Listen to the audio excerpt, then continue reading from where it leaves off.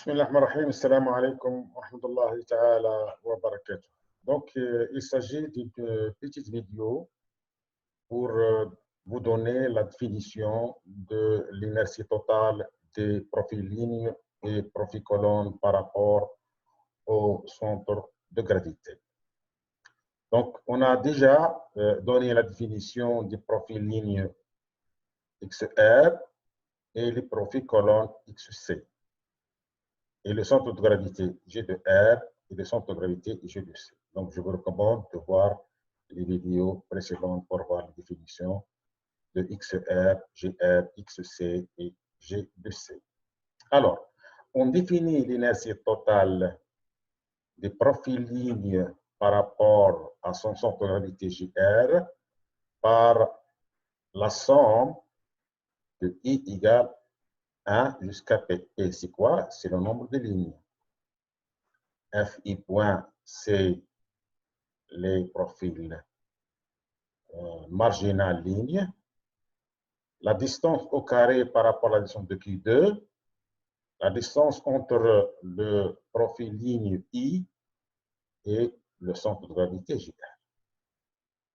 De la même manière, on définit aussi l'inertie totale du profil colonne par rapport à son centre de gravité JC comme une somme de J égale 1 jusqu'à Q. Q, c'est quoi? C'est le nombre de colonnes. Et le F point J, c'est les profils marginales, ou bien les fréquences marginales,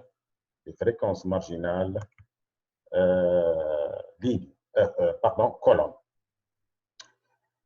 Et d au carré Q2, bien sûr, c'est clair que la distance entre le profil colonne, la JM profil colonne, et son centre de gravité.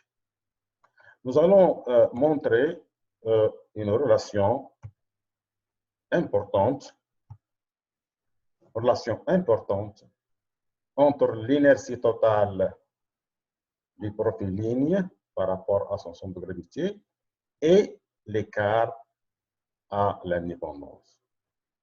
Je vous recommande aussi de voir les vidéos précédentes que j'ai donné une vidéo consacrée à la définition de l'écart à l'indépendance. Alors, rappelons que l'inertie du profil ligne par rapport à son centre de gravité est définie comme suit. En remplaçant cette quantité, la distance au carré, par sa valeur ou bien par sa formule, donc, on peut réécrire cette quantité par cette double somme de FI point et cette quantité. Donc, il est clair que cette formule peut être réécrite comme suit. Il est clair aussi qu'on peut vérifier que cette double somme égale cette quantité. Et cette formule, c'est exactement la formule de l'écart à l'indépendance qui égale la valeur du Q2 observé divisé par l'effectif total. Donc, en conclusion, nous avons l'inertie totale des profils lignes par rapport à son centre de gravité égale l'écart à l'indépendance. C'est-à-dire qu'en pratique, ce n'est pas la peine de calculer cette formule. Il suffit de calculer le Q2 par le test de Q2. On a déjà fait un exemple. Et on divise par l'effectif total, on calcule l'inertie totale du profil ligne par rapport à son centre de gravité. OK.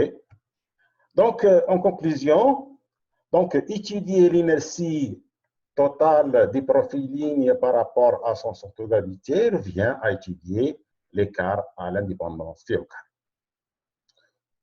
De même, on peut montrer aussi que, de la même manière, que l'inertie totale des profils colonnes par rapport à son centre de gravité égale exactement Phi2, qui égale donc à l'inertie totale par rapport à l'inertie totale des profil ligne par rapport à ce centre de gravité. Donc, il y a une égalité entre le centre de gravité, entre l'inertie de XR, l'inertie du profil ligne et l'inertie du profil colonne.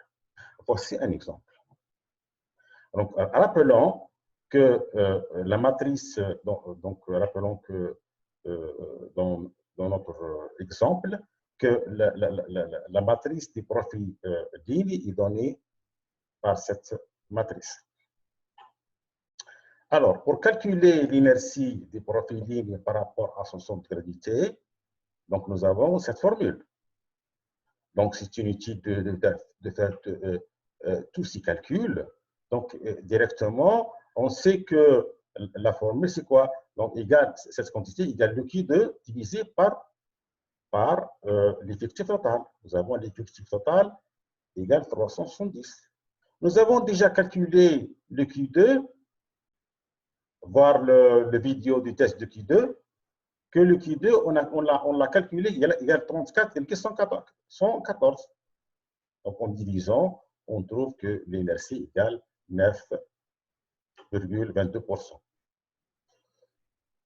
Donc, on conclut comme l'inertie totale des profils lignes égale l'inertie totale des profils colonnes. Donc, l'inertie totale des profils colonnes par rapport à son centre de gravité égale cette quantité égale 9,22. Merci. Wassalamu alaikum.